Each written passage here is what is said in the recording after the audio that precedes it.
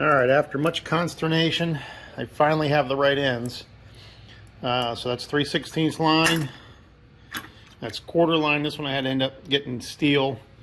Been through a lot of ends, and I know I laid out some parts earlier and they were all wrong.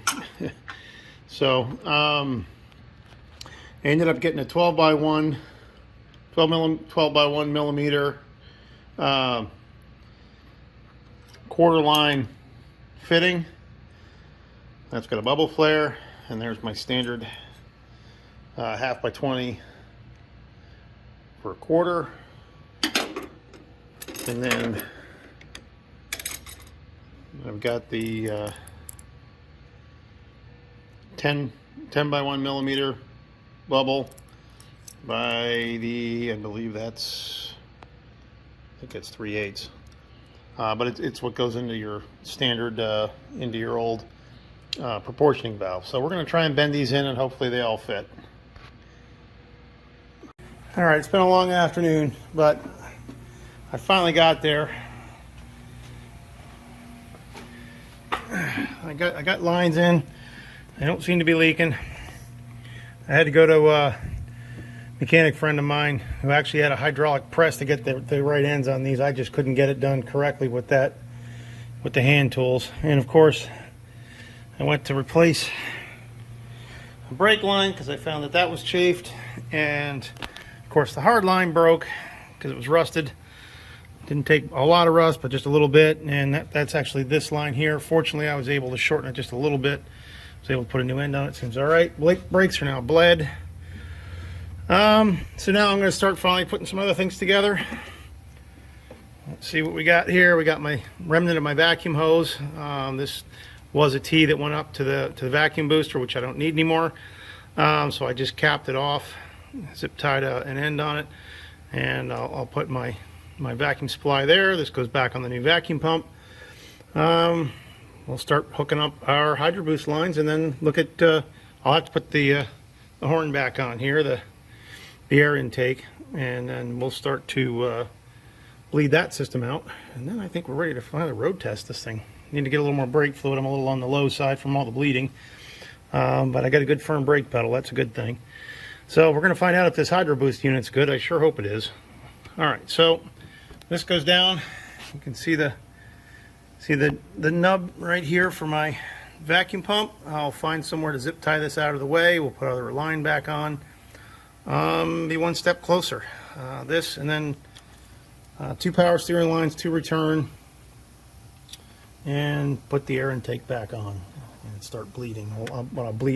I'll hook up a hose to this return side right here, run the engine, and move the steering back and forth. We'll bleed out that whole system and get any gook that's out, and then refill the new power steering pump. Okay, here we go. All right, here we go. First start. I got a hose running here. I'm going to try and purge the system. I filled it up. Let's see what we get.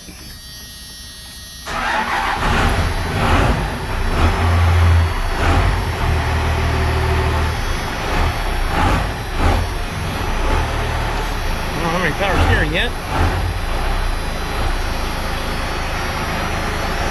Okay, open the garage door.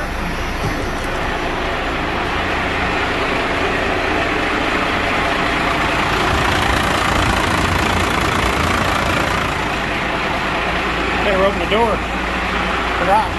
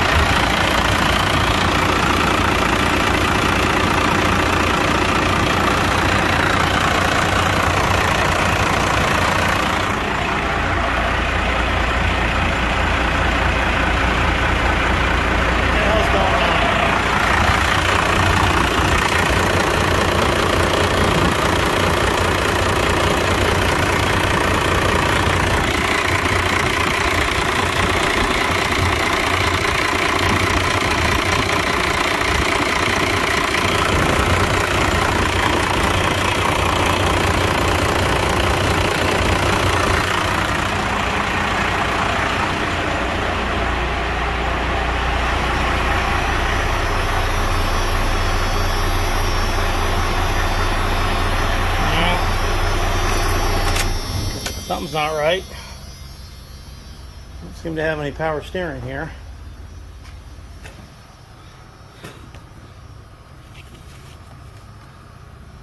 Let's bolt it all the way up.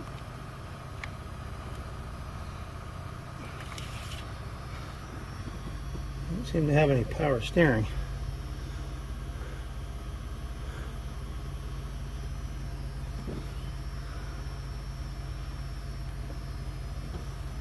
Not sure quite what's going on here. Plenty of fluid.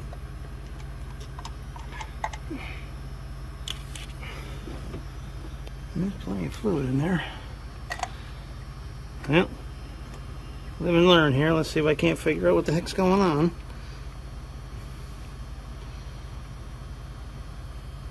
Not sure why I don't have power steering at the moment. I thought it would come right on. Maybe it's just airbound in there. Maybe I should lift the front end up. I don't know. I'll find out. All right, it was just airbound. I loosened up my 2 lines here and let some come through, and suddenly, boom, I had power steering. So I think I was just airbound. Let me tighten these back up and see if I have power steering now. Maybe I can get my final done. This is a messy job. Let's hope that does it. So let me tighten these back up. All right, now we're getting somewhere. She's starting to purge.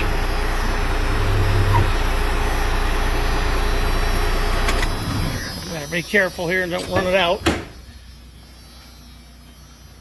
Oh yeah, now we're getting some stuff down there. Okay.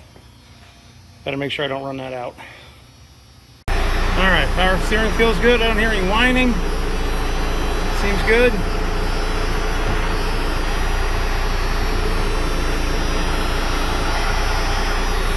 Still think the top of that pedal's a little soft. Maybe I need to bleed brakes yet.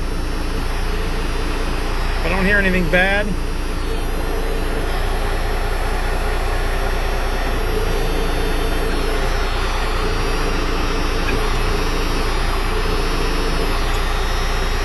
I may still bleed these brakes a bit, but let's go check for leaks.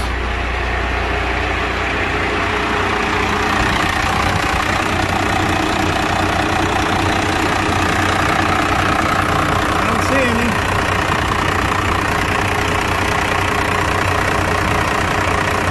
I think other than bleeding the brakes a little more, I'm in good shape. Everything's wet from everything was just a little bit wet from the power steering fluid when I did it. So I'm going to button this back up in here. I may bleed these brakes some more. I feel like there's still air in them. But definitely a stronger feeling pedal. Alright. I'll show it after the road test. Alright, so finally got the brakes going. And first test drive, and things have been very good. It's really nice to have brakes that actually work. I think the only thing I'm noticing difference, I get a little more power steering whine than I had before.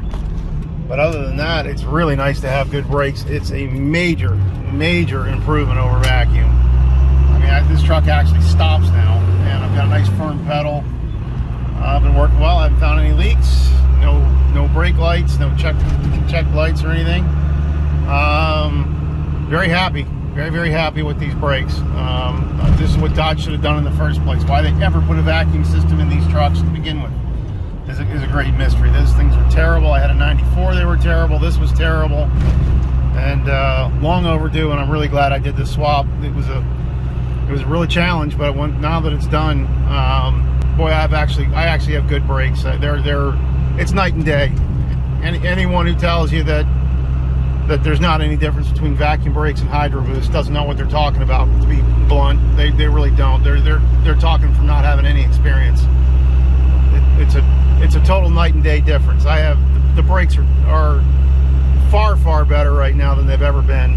I've got a nice firm pedal. I no longer have that mush, and I'll bet you my stopping distance is half of what it was. It's just so much better. All right, we're going to call that a success.